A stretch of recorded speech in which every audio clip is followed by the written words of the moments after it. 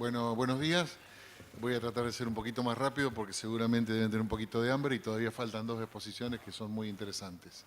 Eh, yo voy a hablar un poquitito de lo que es mercado. Bueno, acá lo empiezo siempre igual, con el mismo slide, pero hacia el año 2050 vamos a ser 9.000 millones de habitantes en el planeta. Eso quiere decir que va a haber que darle de comer a todos esos habitantes. Por supuesto, no todos van a comer carne bovina, no todos van a comer carne, muchos van a comer grano y muchos tampoco van a comer. Pero bueno, se van a necesitar durante los próximos 50 años la misma cantidad de alimentos que se utilizaron en la humanidad en los últimos 7.000 años.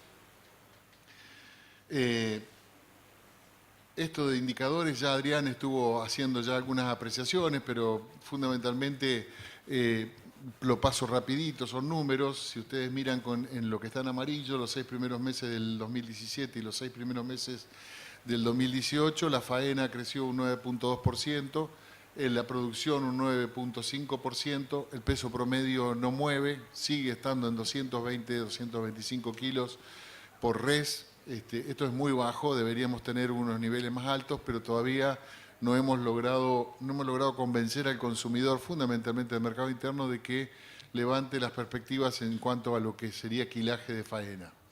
La faena de hembras está durante los primeros 6 meses de 2018, como decía Adrián, en 45,4%, es un punto de equilibrio.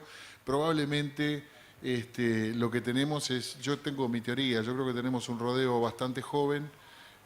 Después de la superliquidación del año 2011-2012, empezó nuevamente la ganadería a repoblar los campos con hembras muy jóvenes.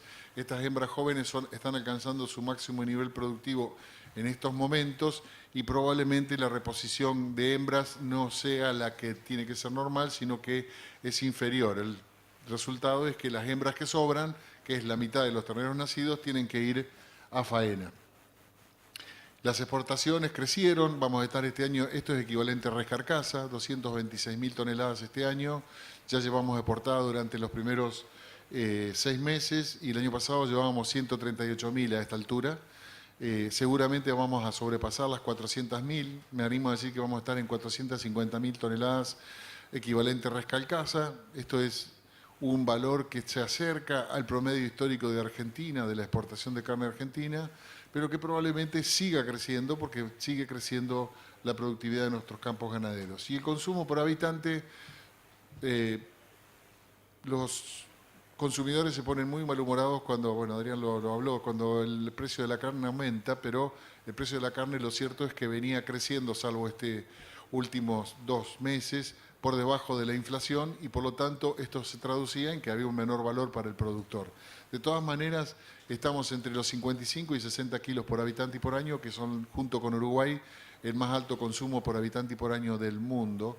Y si le agregamos las carnes alternativas o complementarias, como decía Adrián, estamos en un valor de 120 kilos por habitante y por año, que es un consumo, casi 120 kilos, es un consumo muy similar, muy parecido al de Estados Unidos, un país súper desarrollado.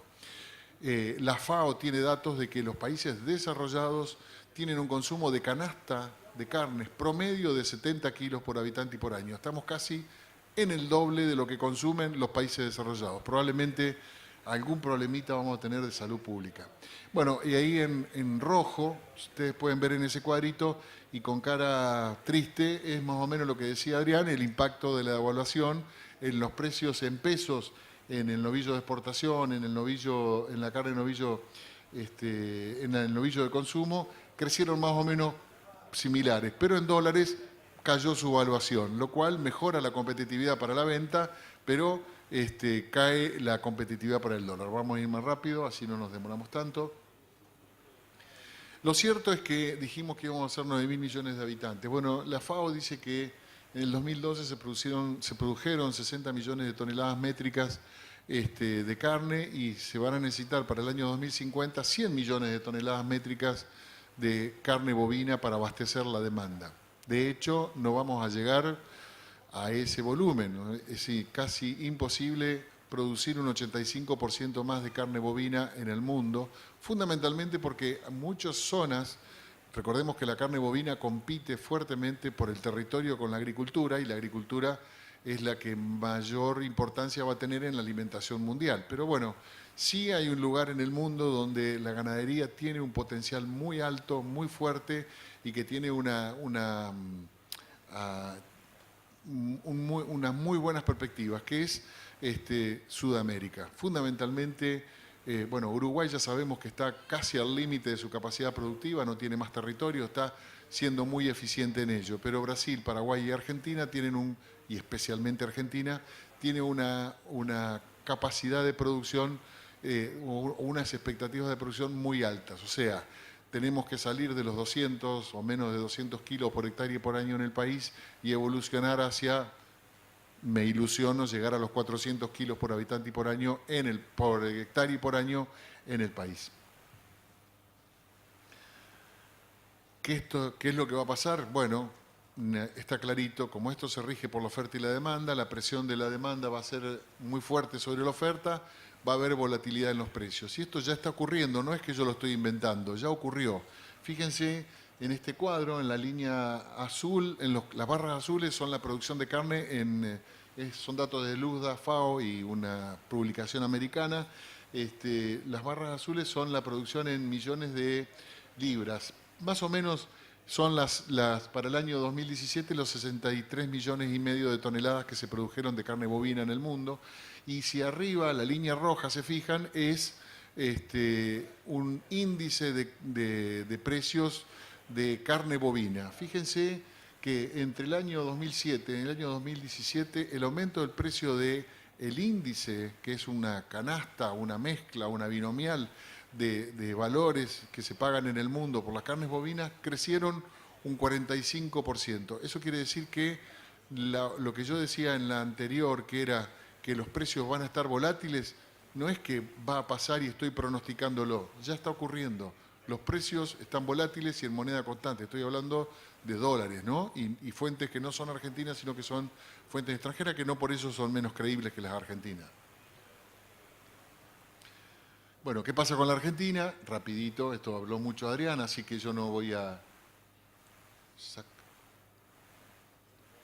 Ahí está. ¿Qué pasa con la Argentina? Bueno, tenemos las exportaciones de carne de Argentina, si ustedes se fijan en el amarillo, la participación, bueno, China, por supuesto, creció un 107% en las exportaciones en volumen y una participación del 51%. Como vengo diciendo siempre, Adrián se ríe porque antes Rusia estaba allá abajo, cerca del donde dice total.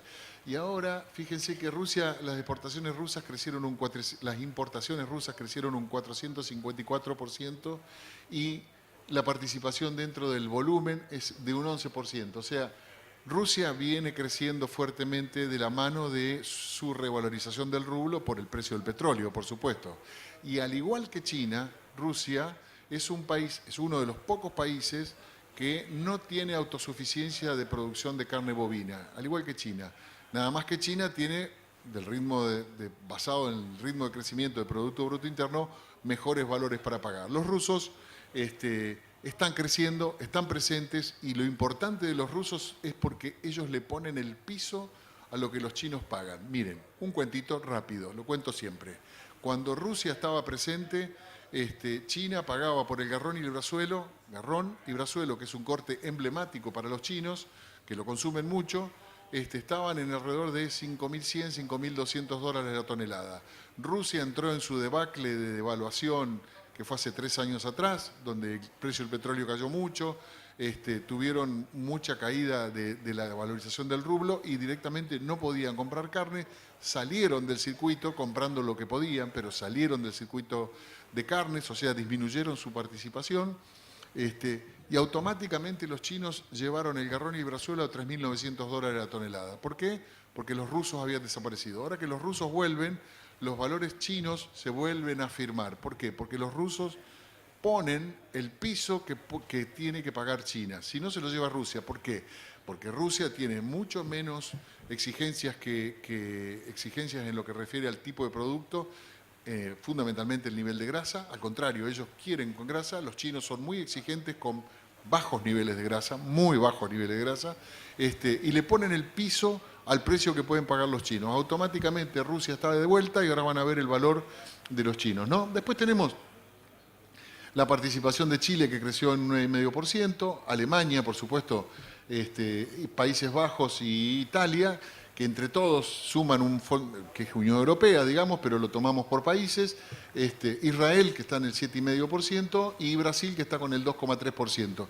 Esto es importante en la participación, quiere decir que están aumentando las exportaciones. Esto es lo mismo que lo anterior, marcando, por supuesto, que China está con un 51% de las exportaciones en volumen por destino, Rusia con el 11,3% y Chile por detrás en el 9,5%. Si avanzamos un poquito, aquí hay otro cuadro, durante los 6 primeros meses del 2017, fíjense, vuelvo con Rusia, me gusta Rusia, pero fíjense que China, esto es en valor de cantidad de dólares ingresados a Argentina por país. China aumentó la participación en los dólares ingresados de lo que se exportó de carnes en un 122% y la participación es en un 39%. El 51% en el volumen y el 39% en los valores, por supuesto, porque los valores de los productos que compran los chinos son más bajos. Ahora ustedes ven que Alemania, por ejemplo, participa en 7% era de las exportaciones, de las exportaciones de carne argentina en volumen, pero participan en un 14% en valor. ¿Por qué? Porque, por supuesto, compran cortes de alta calidad y de muy alto valor. Y fíjense los rusos cómo cambiaron su variación 2008-2017 a un 484% y con una participación en los dólares ingresados a Argentina del 7,2%. Chile 10% y después tenemos Israel 8,6%, al igual que los Países Bajos, y Italia por detrás en el 3,9%. No los quiero aburrir, voy a ir rápido con esto. Esto es lindo, precio FOB por tonelada. Acá ponemos los puntos sobre las IES. ¿Quién paga más por la carne? Bueno, los chinos, que son los más grandes en volumen y los más grandes en volumen, y los más grandes en cantidad de ingresos de dólares, tienen un valor promedio a junio de 2018 de 4.292 dólares promedio la tonelada FOB ingresada. Quiere decir que aumentaron un 6,1% sus valores en pagar sus valores, ¿no? ¿Se acuerdan lo que decía de los rusos? Alemania tiene en junio de 2018 10.000 dólares promedio la tonelada importada desde Alemania, desde Argentina, pero cayó un 4,8%. ¿A qué se explica? Fíjense que todos los países europeos cayeron igual. 4,8%, Holanda, Países Bajos 10,7% y Italia 5,5%. ¿Por qué? Porque fueron afectados por la tormenta financiera internacional y la revalorización del dólar frente al euro. Recuerden ustedes que los europeos compran y venden en euros y lo transforman a dólares para simpleza de nuestros negocios. Pero en realidad, si el euro cae en su participación, bajó de 1,22 a 1,17, ellos automáticamente bajan los valores que pueden pagar porque siguen pagando en euros, no pagan en dólares. Bueno, en el caso de los que más crecieron, bueno, China y Chile con un 9,8% arriba. Chile ¿por qué subió un 9,8%? Bueno, tengo alguna serie de disturbios con Brasil, de algunas cositas que encontraron en Brasil, y con Paraguay, especialmente con un frigorífico que está en la frontera con Brasil y que triangulaba carne, llegaba carne de Brasil, y en vez de colocarla en el mercado interno, la reempacaban y la triangulaban hacia otros destinos. Pero era carne brasilera y no paraguaya. Por lo tanto, ese frigorífico fue deslitado por Chile, por Rusia, por la Unión Europea también, y está bastante castigado. Es el frigorífico más grande de Paraguay. Son capitales brasileros, pero no son los brasileros que ustedes conocen, son otros, son de Mato Grosso fundamentalmente. Bien. Yendo más adelante, bueno, si de hecho los principales productos exportados, el 72% se fue en productos congelados con hueso y el enfriado sin hueso, fundamentalmente Chile y fundamentalmente la Unión Europea con la cuota Hilton, se llevaron el 25,9%. Congelado con hueso, 1,1%. Es previsible que en los próximos años, si se abre el mercado de carne congelada con hueso a China, crezca ese segmento verde que ustedes ven allí. Bueno, ¿qué quiero decir? Bueno, las exportaciones, vuelvo sobre el tema. ¿De dónde vienen las equivalentes res carcasa? 226.000 toneladas los primeros 6 meses y 151.000 toneladas peso producto. En realidad lo que exportamos fue 151.000 toneladas. Cuando nosotros queremos transformarlo para hablar todos el mismo idioma, lo transformamos multiplicándolo por 1.5 a equivalente res carcasa. Pero era para mostrarle eso y la cantidad de millones de dólares que ingresaron, 857 millones de dólares. Quiere decir que vamos a estar cerca de los 1.900 millones de dólares ingresados por exportaciones de carne a la Argentina, que eso no es menor porque veníamos por debajo de los 1.400, 1.500 millones de dólares. Un dato de color. Paraguay el año pasado exportó 1.400 millones de dólares con una performance exportadora excelente. Esto es muy importante, y más en el caso de Paraguay, donde su economía se basa particularmente en exportaciones de manufacturas y de commodities, fundamentalmente carne y granos. 1.400 millones de dólares para la economía paraguaya, y en los casos de Uruguay pasa lo mismo, es muy importante. En Argentina está más diversificado, por lo tanto los 1.900 millones de dólares que puedan ingresar por exportaciones de carne contrastan con los 2.500 millones de dólares que ingresan por la exportación de cuero, por ejemplo, ¿no? Que también vienen del sector de la cadena de ganados y carnes, nada más que allí la rentabilidad se la quedan algunos 5. No quise decir nada ni hablar nada, simplemente son 5 los que manejan el precio, pero como nota de color. Bueno, esto es lo mismo, exportaciones de exportaciones de Argentina, de color azul oscuro. Ustedes ven las exportaciones de 2018, venimos con el acelerador apretado, más o menos en un valor de promedio de 35.000 toneladas mensuales exportadas. Estamos llegando, en junio se llegaron a más de 40.000 toneladas.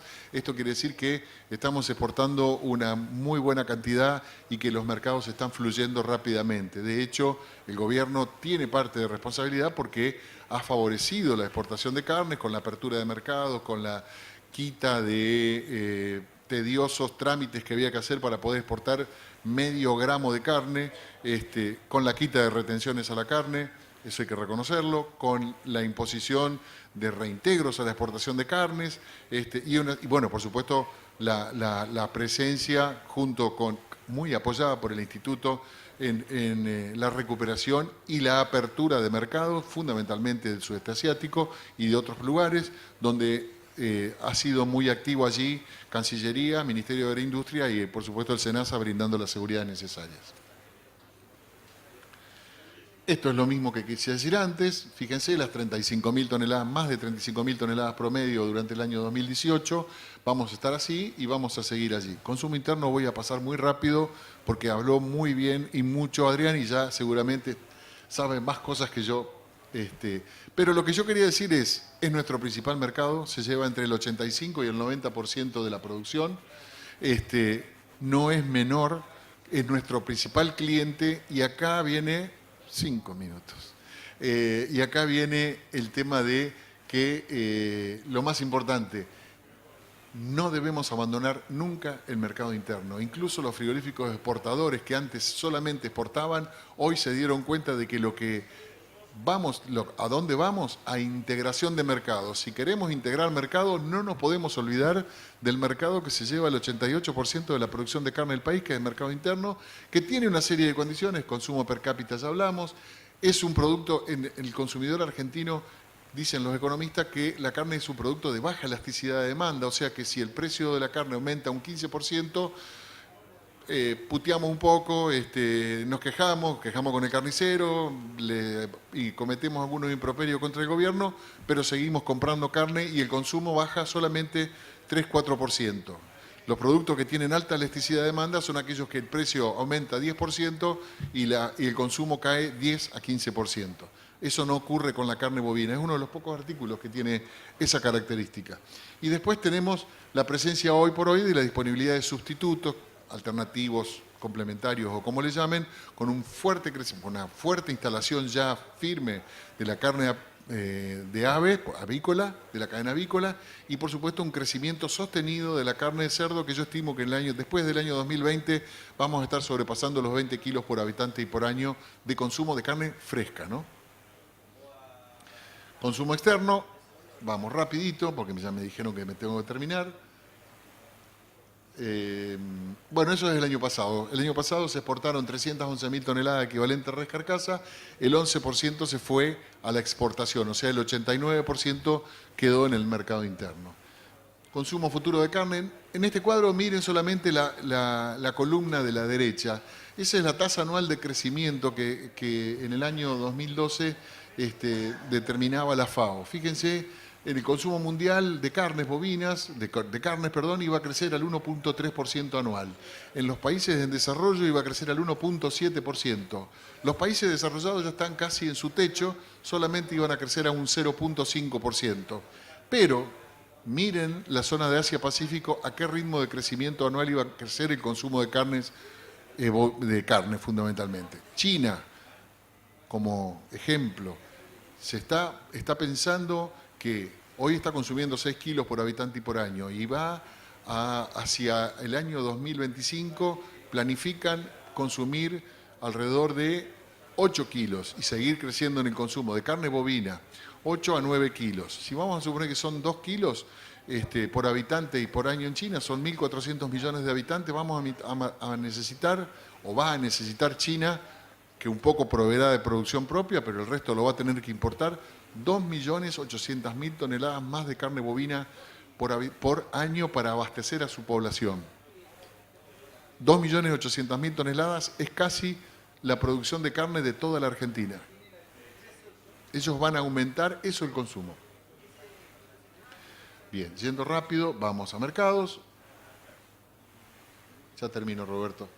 Bueno, este es un gráfico en el cual está quedando un poco viejo, lo tengo que sacar, pero teníamos, los mercados se dividían en dos: circuito aftósico, que eran los países que tenían aftosa y que compraban carne de cualquier lugar, y el circuito no aftósico, que tenía dos políticas, había dos grupos de países: los de riesgo mínimo, que es el caso de la Unión Europea, que compraban carne de países libres de aftosa con vacunación, pero que con algunas condiciones para asegurar de que no hubiera transmisión del virus de fiebre aftosa en la carne, que es sin hueso, que es un reservorio del virus, sin ganglios y con un pH por debajo de 5.9, que eso aseguraba de que no existiese virus de fiebre aftosa.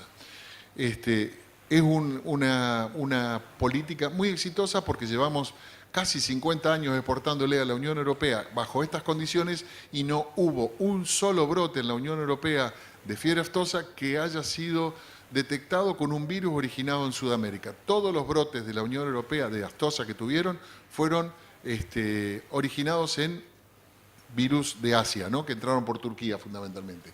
Y por supuesto están los que tienen la política de riesgo cero, que es comprar de países o zonas libres de aftosa sin vacunación, que es el caso de Japón, Corea y Estados Unidos. Estados Unidos es un poco más permisivo y está viendo este tema. Ahora, Japón tiene el mismo problema que los chinos. Están pensando en la seguridad alimentaria. No solamente es un término, en español es un solo término que significa dos cosas. Seguridad alimentaria es que no me enferme un alimento, uno, y seguridad alimentaria es contar con ese alimento. Bueno, los chinos y los japoneses tienen muy presente esto, fundamentalmente China y Japón, por la gran cantidad de habitantes que tienen. Nosotros pensemos que una hambruna en China o en Japón puede llegar a generar una crisis social fuertísima. Por eso ellos piensan a 15 años adelante, no planifican en el corto y mediano plazo, están planificando siempre en el largo plazo.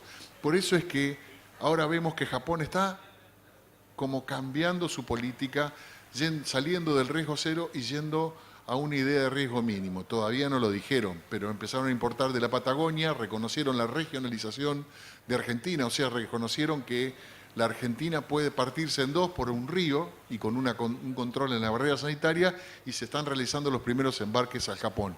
Los primeros embarques son muy poquitos, muy chiquititos, hay un solo frigorífico y de hecho no hay mucha hacienda en la Patagonia. Pero los embarques son los productos parecidos a los de Hilton, los mismos cortes de Hilton, bife angosto, cuadril y lomo, con un valor entre un 20 y un 30% más caro que lo que se vende en el Hilton. La lengua, por ejemplo, tiene un valor para la lengua argentina del 50% de lo que se vende hoy, la lengua que podamos exportar o vender en el consumo interno de la lengua de la Argentina. O sea, es un mercado potencialmente muy grande. No consumen mucha carne los japoneses, pero lo poquito que consumen, como son tantos, para nosotros representa un nicho importantísimo. Y en la Patagonia, hoy por hoy, no se va a poder aprovechar el mercado japonés porque faltan algunas cosas que van a llegar, que es inversión en la ganadería, va a haber más hacienda en la Patagonia, y seguramente va a haber plantas frigoríficas, porque hay una sola ahora, que es Fridevi, de Coninagro justamente. Va a haber mayor cantidad de plantas frigoríficas y seguramente se va a generar como una especie de microclima virtuoso allí. Las expectativas, bueno, el tratado que tenemos en las carnes es el Tratado de Libre Comercio Unión Europea-Mercosur de la carne, que va y viene, está bastante frío, los europeos ofrecen poco, nosotros queremos más, estamos peleando, no sale nada, pero sí tengo claro que si Argentina no empieza, aparte de abrir los mercados, no empieza a hacer tratados de libre comercio, estamos fritos, porque es regalar la plata. Ejemplo, en el año 2014 Australia cerró un tratado de libre comercio con China, China cobra aranceles de ingreso del 10% a las carnes bovinas. Ellos cerraron un acuerdo de libre comercio que iban a ir descendiendo 1% por año. En el 2024 las carnes australianas van a tener una ventaja competitiva, contra la carne argentina de un 10% en el valor, ya de arrancada, para empezar. Bueno, de hecho, los tratados de libre comercio son de te doy, me das, o sea, son virtuosos, tienen que quedar la balanza comercial de la mejor forma. ¿Qué pasó? ¿Qué hizo Australia? ¿Qué entregó Australia? Bueno, Australia anunció hace 2 años, el año pasado lo reafirmaron, de que van a desactivar su industria automotriz. Van a transformar esa industria automotriz en otra cosa, nadie se va a quedar sin trabajo, dijeron que lo van a hacer hacia el año 2024. ¿Por qué? Porque en el Tratado de Libre Comercio con China, ¿quién va a abastecer los autos de Australia? China. Bueno, Estados Unidos, que seguimos dando vueltas, estamos esperando todos los días levantarnos y decir, el USDA nos abrió al mercado americano. No solamente es importante el mercado americano por el mercado americano en sí, para poder colocar carnes allí, sino porque el hecho de que tengamos estatus de apertura del mercado americano nos facilita que se genere un efecto dominó, ya me llegó el fin, un efecto dominó en el cual se abrirían muchos otros mercados que hoy están cerrados y que representan nichos como por ejemplo el Caribe. El Caribe, ustedes saben que es un área turística. Jamaica, por ejemplo, que tuve la oportunidad de estar haciendo un trabajo para el Banco Interamericano de Desarrollo, importa de carnes bovinas 300 millones de dólares por año a la zona turística. 300 millones de dólares. Y me llamó mucho la atención que es un mercado vedado para nosotros. Ellos compran carne de países libres de aftosa sin vacunación o que tengan el estatus de Estados Unidos. Sería, no digo de 300 millones de dólares, pero una partecita de ese mercado lo podríamos capturar porque los hoteles internacionales seguramente van a querer contar con la excelencia de las carnes argentinas, más que en el hemisferio occidental las carnes argentinas son conocidas. En el oriental no tanto. En China, sudeste asiático, tenemos que hacer un trabajo de base bastante importante. Y Jamaica también tiene una cosa muy rara. Ellos tienen un hábito, son un país muy pobre, pero tienen un hábito de consumo, como Colombia consume mucho el pulmón en algunos preparados que tienen, ellos consumen el rabo.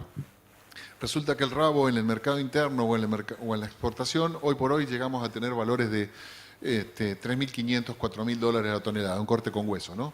Bueno, los jamaiquinos, a pesar de que son muy pobres, pagan entre 5.000 y 5.500 dólares la tonelada del rabo. Fíjense cómo van apareciendo las pequeñas oportunidades. Medio Oriente y Noráfrica, nichos de mercado neto, firmes, Dubái, Kuwait, Arabia Saudita, Marruecos, Argelia, Medio Oriente completo, por supuesto Irán lo tenemos cerrado, pero en algún momento probablemente evolucionen las relaciones comerciales entre los dos países. Y por supuesto el premio es Corea y Japón, que ya Japón se abrió. Corea está estudiando y se está negociando con Corea algunos protocolos sanitarios para poder ingresar a esos mercados. Pero las palabras claves van a ser, acá voy a ir más rápido porque no los quiero aburrir, competitividad e integración. Primero la competitividad. Vamos a hablar de la competitividad, que tenemos que aumentar nuestra competitividad. Y allí el gobierno nos ayuda muchísimo. Combate la informalidad, carita sonriente. Se está combatiendo la informalidad, estamos ante un escollo que hay que sortear, que es el último eslabón de la cadena que todavía se mantiene dentro, un gran porcentaje dentro de la informalidad, que es la venta en carnicerías. ¿Cómo lo vamos a hacer? No tengo la menor idea, pero que tenemos que hacerlo, lo tenemos que hacer. Ahí estamos trabajando con la Mesa de Ganados y Carne, junto con AFIP, con ARBA, con las API, las provincias, digamos, para lograr incluir a ese último eslabón que nos está faltando. ¿Con eso qué lograríamos? Lograríamos ampliar la base imponible, que el gobierno aumente la percepción de impuestos y de esa forma poder ir a pelear seriamente la baja de la presión impositiva, que ustedes saben que el que paga impuestos en Argentina tiene una presión impositiva muy alta, por eso tiene una carita triste. El nivel cambiario, de hecho, la carita ahora es sonriente porque el nivel cambiario nos favorece a medias, en el caso de los frigoríficos exportadores, pero también suma por el lado del precio de la tonelada que se exporta, pero resta porque aumentaron muchísimo todos los insumos. En el caso de la industria, energía eléctrica y gas, que son fundamentales, aumentaron, y la mano de obra que viene por detrás, negociando las paritarias y ya teniendo que reconocer aumentos. Los costos de producción en Argentina son muy altos, tenemos que intentar bajarlos, están asociados tanto sea a la presión impositiva como también a otros costos y otras legislaciones que, por ejemplo, ART y todas estas, que están muy bien, pero que han generado algunas mutaciones que no son, el caso de las ART se ha generado fundamentalmente en la zona de Rosario, en la zona de provincia de Santa Fe, no sé, aquí en Entre Ríos, una industria del juicio. Hay muchos abogados que han montado sus bufetes y están trabajando fuertemente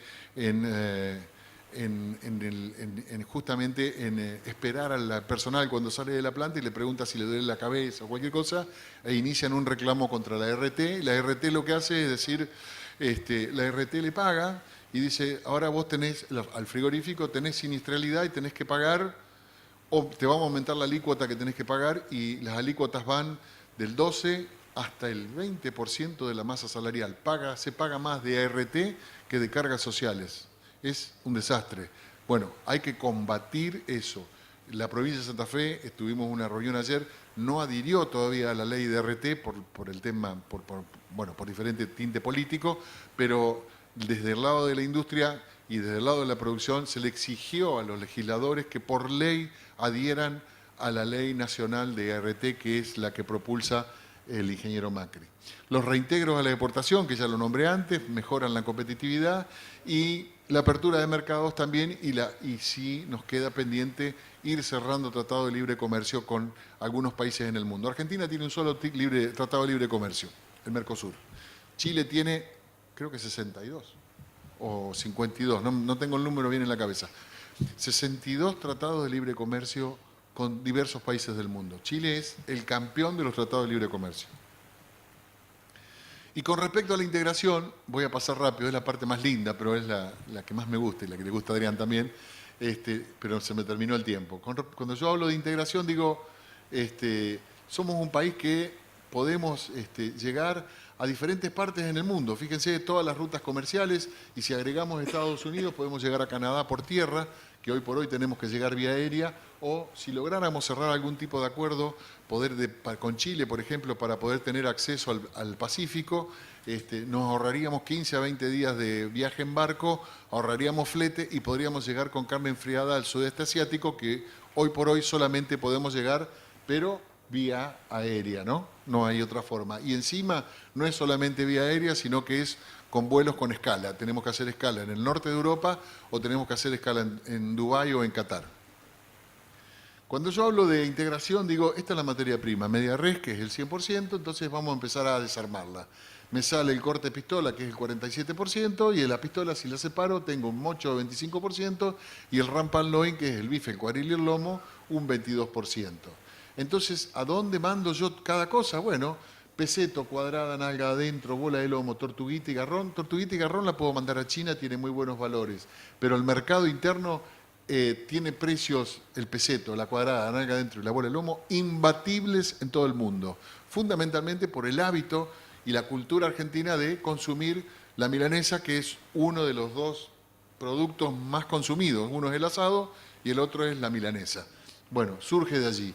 Y por supuesto, ¿a dónde lo podemos destinar? ¿A algún destino que nos pueda llegar a pagar? Chile. En el caso del ramp and loin, le podemos hacer bife angosto, cuadril, con tapa y con colita, el lomo y el bife ancho, y allí destinamos Unión Europea, Rusia, de alta calidad, llega a pagar valores como la cuota Hilton, Chile, China, que vamos a poder enviar, China y otros mercados. O, de última, si no lo vendemos como asado en Mar del Plata. Cuando se termina el asado en las carnicerías, cortan el costeletero a lo largo y lo transforman en asado en Mar del Plata. Así le llaman en Buenos Aires. En el caso nuestro sería el bife cortado. Bueno, acá está el asado, que es un hábito de consumo argentino. Esto tiene un precio, me voy a detener un poquitito aquí, un precio muy bueno en Argentina. De hecho, no alcanzan los asados para que se producen en Argentina para todo el consumo que podríamos tener.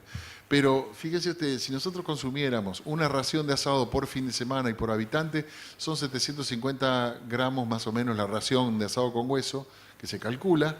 Quiere decir que estamos en los 3 kilos mensuales.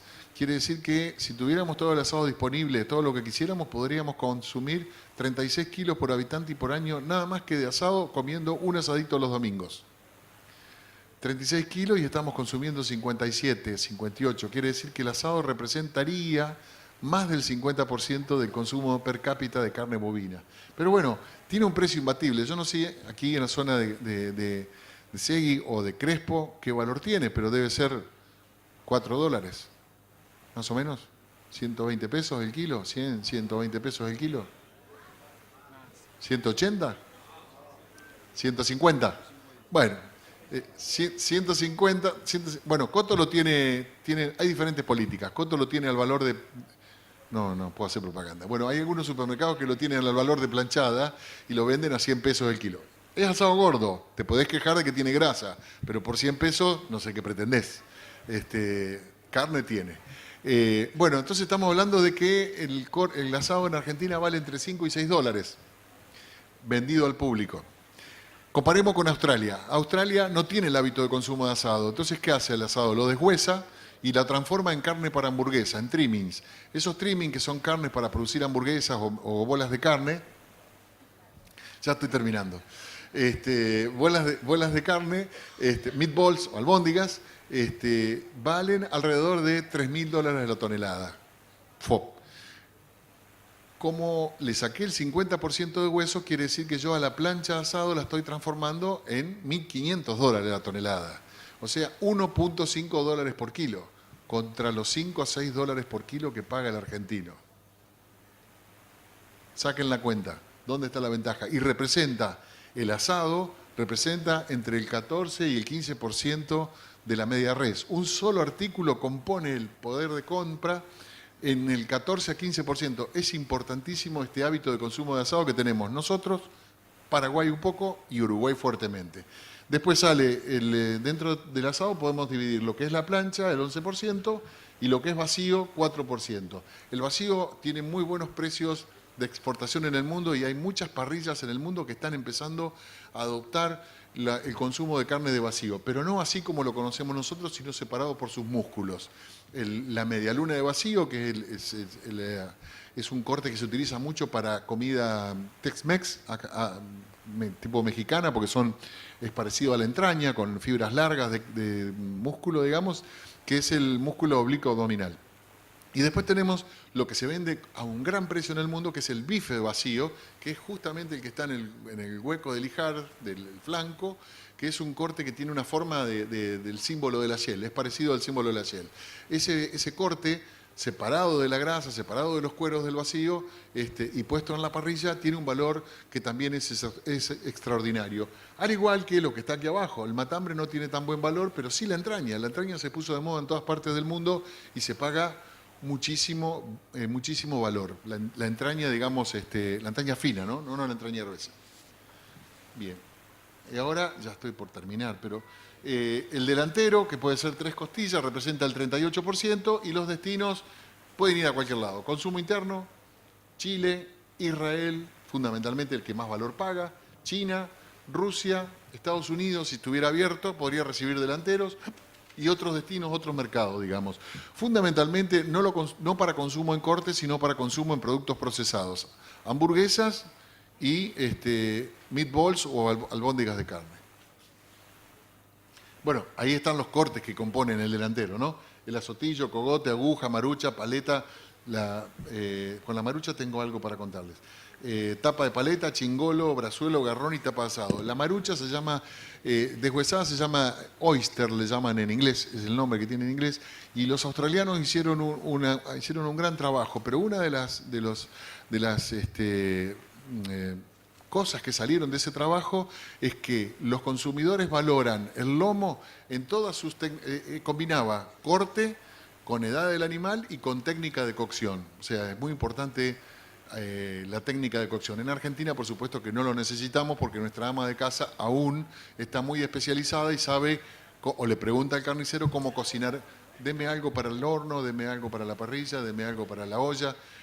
Sabe cómo cocinarlo. En otros países le venden el pedazo de carne, pero tienen que ir con las instrucciones de cómo cocinarlo. Porque, no, es así, sí, porque es llamativo. Bueno, el lomo, como nosotros lo conocemos, tiene una aceptación en todos los tipos de cocción y siempre es bien aceptado y bien valorado por el consumidor. Esto lo determinaron los australianos con estos 50.000 paneles de degustación. Pero hay un corte que es la marucha deshuesada, que es el oyster que le llaman, que a la parrilla y hecho lentamente a las brasas, tiene el mismo tipo de aceptación, de valoración por parte de los consumidores que en Australia, ¿no? Que no tiene el hábito de consumo. De hecho, nosotros la marucha es un habitante normal de la parrilla, pero fíjense ustedes si eso permite que valoricen un corte, digamos, ¿no? Pero son anécdotas que ocurren a lo largo del mundo. La paleta, por supuesto, acá en la Argentina va a parar a la milanesa también. ¿Qué pasó? Se me murió.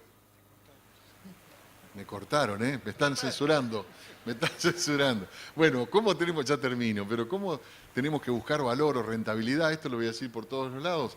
La Argentina tiene carne de alta calidad, high quality beef, pero Adrián se ríe siempre porque yo cuento este chiste y él ya lo escuchó 800 veces, pero la carne argentina es de alta calidad, perfecto, ¿no? En marketing o en publicidad dicen que hay un ejemplo clarito. ¿Por qué se vende el huevo de gallina y no el de pato?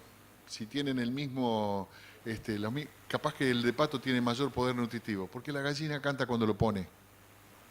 O sea, hay que avisar. Entonces, nosotros si tenemos una carne de alta calidad, tenemos que empezar a hacer campañas y ir avisando esto, digamos. ¿Qué tipo de carne requieren los mercados? ¿Alimentada a pasto? ¿Alimentada a grano? No hay problema, solo requieren carne, pero sí están dispuestos a pagar por algo diferente y que se lo digamos.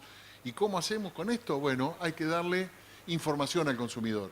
Hay que hacer un etiquetado diferencial con mayor información. La información puede ser directa, le pone una Biblia en la etiqueta, o con un código de barras que con el mismo teléfono uno puede, con el código QR, puede leer ese código QR que tiene ahí y hoy por hoy los millennials, que hoy no te escuché hablar de los millennials, Adrián es especialista en millennials, van a ser durante los próximos 10 años, 7 años van a ser el 75% de la fuerza laboral del mundo y tienen hábitos de consumo completamente diferentes a los nuestros, a los que peinamos canas. Bien, ¿cómo etiquetamos diferencialmente? Bueno, protocolos de calidad que tienen que estar certificados, tienen que estar validados, tienen que estar auditados y tienen que ser cumplibles.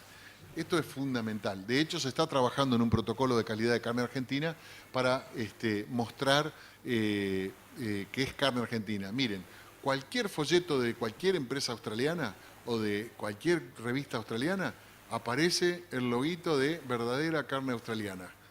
Los australianos tienen su carne, están orgullosos, la venden por todos lados y aparte promocionan continuamente el loguito. Bueno, Argentina está en el mismo camino. Estamos trabajando ya casi en la etapa final de no sé si no lo van a anunciar en estos días, de un protocolo de calidad de carne argentina. Bueno, construir calidad, no me voy a meter en producción primaria, pero tenemos que tener importancia, tenemos muy buena genética, pero tenemos que seguir mejorando. El manejo nutricional, reproductivo y sanitario, soy veterinario yo, así que hay que contratar veterinarios, señores. Hay que llamarlos los veterinarios. Agrónomos también, para no dejarlo afuera, pero bueno. Y por supuesto, construir calidad con la industrialización. Acá viene un tema importante. La industrialización es una de las patas de la calidad de la carne. ¿Qué, ¿Con qué quiero decir con esto? Hay un proceso que se llama transformación del músculo en carne, que es la acción de las enzimas proteolíticas, bla, bla, bla, calpaínas, calpastatinas, y que tiernizan la carne. Adrián hizo hace unos años atrás una encuesta en la cual una de las preguntas era que cuál consideraban en Buenos Aires, capital y Gran Buenos Aires, capital y GBA, ¿qué consideraban los consumidores cuál era la mejor carne? Y contestaron que la mejor carne para ellos era la que iba a exportación, porque habían tenido un pariente o porque ellos habían ido a Europa y al bife lo cortaban era muy tierno. Bien. Lo que tenía ese bife era proceso industrial, tenía un proceso de maduración, inicialmente en la cámara, 48 horas de frío, luego entraba despostada, se envasaba al vacío y tiene 14 a 21 días de maduración en el cual se produce la tiernización de la carne, que sería una putrefacción en condiciones controladas. Bien, hay un proceso más arriba todavía que sí es putrefacción, que se llama faisanización. La faisanización es ya más arriba todavía. ¿Y de dónde viene el término? Viene del mercado central de París, el Rungis, donde las amas de casa o los chefs están los faisanes colgados del cogotito con plumas, con vísceras, con todo, y le pegan el tironcito en las patas. Cuando se le desprende el cogote, es que está justo. Ahí lo pelan y lo comen. Está repodrido. Ya me voy. Pero levanté el ánimo. Por eso digo que la industrialización tiene muchísima importancia.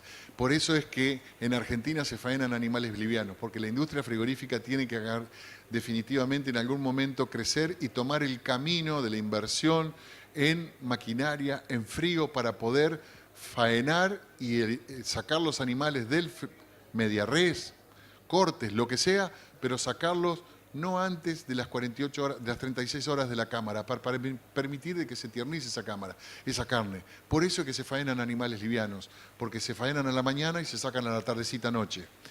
La única forma de que esa carne llegue, y salen con mucha temperatura, la única forma de que esa carne llegue con condiciones de tiernas al consumidor es que sea un bebé.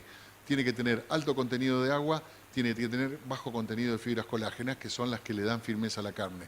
Por eso ustedes agarran un novillo de 450, 480 kilos, lo faenan a la mañana y lo sacan a la tarde y lo van a comer al día siguiente, y el matambre van a tener que decir que es seguro que es el del lado izquierdo porque es el que se encuesta el animal y toda esa historieta. Es porque falta el proceso industrial. Eso me hago cargo, la industria todavía está en veremos.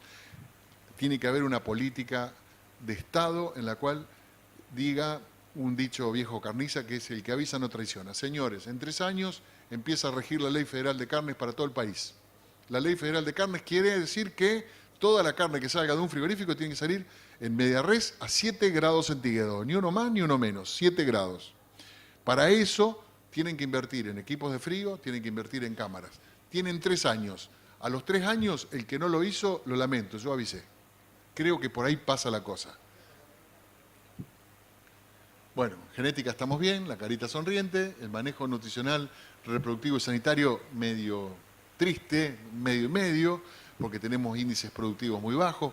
El norte de mi provincia, Santa Fe, tiene una tasa de destete de 48, 49%, es muy bajo.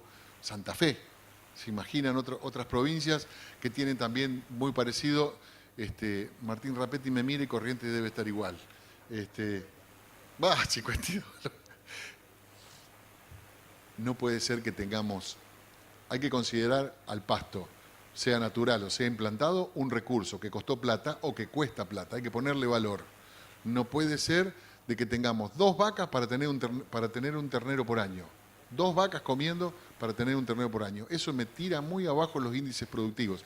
Y aparte, con esto del cambio climático, señores, que todo el mundo habrá escuchado hablar, y que la vaca es una de las grandes productoras de gases de efecto invernadero, y es cierto, produce metano, produce óxido nitroso y produce dióxido de carbono, pero fundamentalmente el más problemático es el del medio, óxido nitroso, que es 350 veces más dañino para el cambio climático que los otros 2. Pero la vaca produce de entre 30 y 35 litros de gas por hora.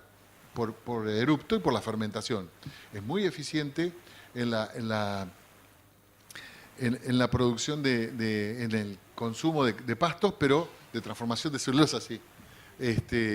Pero es importante Si nosotros duplicáramos la producción de esas vacas, por kilo producido bajaríamos en porcentajes directamente proporcionales la producción de gases de efecto invernadero de la ganadería. Muchas gracias. No era, me pasé un poquito. Le dejo una frase de Henry Ford.